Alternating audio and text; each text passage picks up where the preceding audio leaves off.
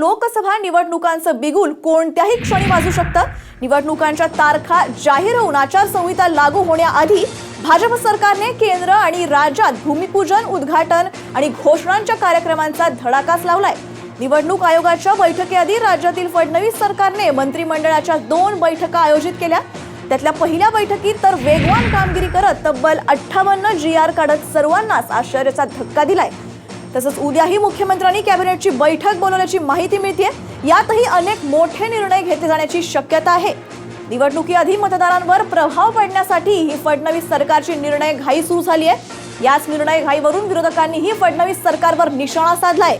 निवडणुकीच्या तोंडावर निर्णयाचा धडाका लावणाऱ्या सरकारने आतापर्यंत आळशीपणा का केला असाही सवाल उपस्थित केला जातोय। आपले प्रतिनिधी राजू सोनवणे आपल्याबरोबर जोडले गेले आहेत। राजू, एका दिवसात 58 GR काढण्यात आले आहेत, काय माहिती मिळते?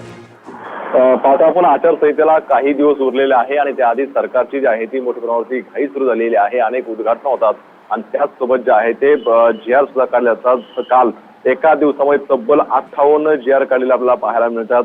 कृषी विभाग असेल, पशुसंवर्धन असेल, ग्रामविकास, अन्नधान्य पुरवठा अशा अनेक विभागांचे जवळपास 58 GR जे आहे ते एका दिवसामध्ये काढले आहे। विक्रमी हे GR म्हणावं लागेल आणि एकाच आठवड्यामध्ये 2 कॅबिनेट होत आहेत। सर्वात आली होती कॅबिनेट आणि उद्या पुन्हा 3 वाजता कॅबिनेट आहे। या कॅबिनेटमध्ये मोठे निर्णय जे आहे ते घेण्याची शक्यता आहे। कुठेतरी सरकार लोकसभा निवडणुकीच्या पार्श्वभूमीवरती हे सगळे निर्णय घेत आहे। कुठेतरी निवडणुकांवरती प्रभाव पाडण्याचा जो आहे तो विचार करत आहे आणि त्यावर त्याचा विरोधकांनी टीका केलेली आहे की गतिमान वाढणारं सरकार शेवटच्या दिवशी अशा प्रकारचा निर्णय का घेत आहे, आतापर्यंत का झोपलं ते, अशा प्रकारची टीका जी आहे ती विरोधकांकडून पाहायला मिळते।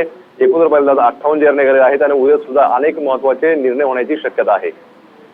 राजू, हे जे काही सरकार करतंय ते आता मतदारांना प्रभावित करण्याकरता करतंय का असं वाटतंय का? अगदी तसंच म्हणावं लागेल, कारण 2 दिवसावरती आचारसंहिता लागेल अशी सूत्रांची माहिती आहे आणि त्याच्याच पार्श्वभूमीवरती सरकारने एका आठवड्यामध्ये 2 कॅबिनेट घेतलेले आहे आणि जो पेंडिंग विषय आहे ज्याच्यावरती मतदार खुश होतील अशा प्रकारचा निर्णय जो आहे तो घेण्याची सुरुवात केलेली आहे। मग मागच्या कॅबिनेटमधील सोलापूरच्या विद्यापीठाचं नामांतरण असेल किंवा इतर जे काही मोठे निर्णय आहेत ते घेण्याची सुरुवात झालेली आहे। कुठेतरी प्रभाव पाडण्याचा जो आहे तो सरकारचा प्रयत्न आहे। मात्र हे सगळे निर्णय इम्प्लिमेंट होतात का आणि त्याचा प्रभाव मतदारांवर होतो का हे पाहणं महत्त्वाचं ठरणार आहे। नक्कीच राजू, धन्यवाद सविस्तर माहिती दिल्याबद्दल। आता सर्वात मोठी आणि महत्त्वाची बातमी आपण पाहतोय, एकाच दिवसात तब्बल 58 GR सरकारने काढलेले आहेत।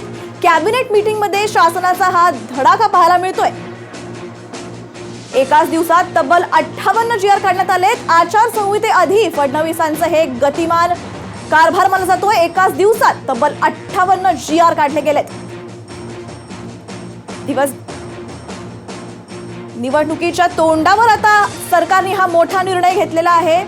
सरकार आता मतदारांना प्रभावित करण्यासाठी हे करतंय का असाच सवाल इथे उपस्थित केला जातोय। याचा लाभ सरकारला कितपत मिळणार हे आता निवडणुकाच सांगतील। आता सर्वात मोठी आणि महत्त्वाची बातमी आपण पाहतोय, आचारसंहितेआधी फडणवीसांचं गतिमान कारभार पाहायला मिळतंय। एकाच दिवसात तब्बल 58 GR काढण्यात आले।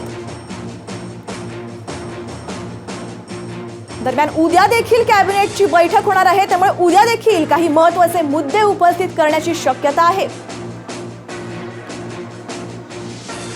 आता सर्वात मोठी आणि महत्त्वाची बातमी आपण पाहतोय, एकाच दिवसात तब्बल 58 GR काढण्यात आले। दिवसभरात शासन निर्णयाची हाफ सेंचुरी मानली जाते। निवडणुकीसाठी घाई मानली जाते।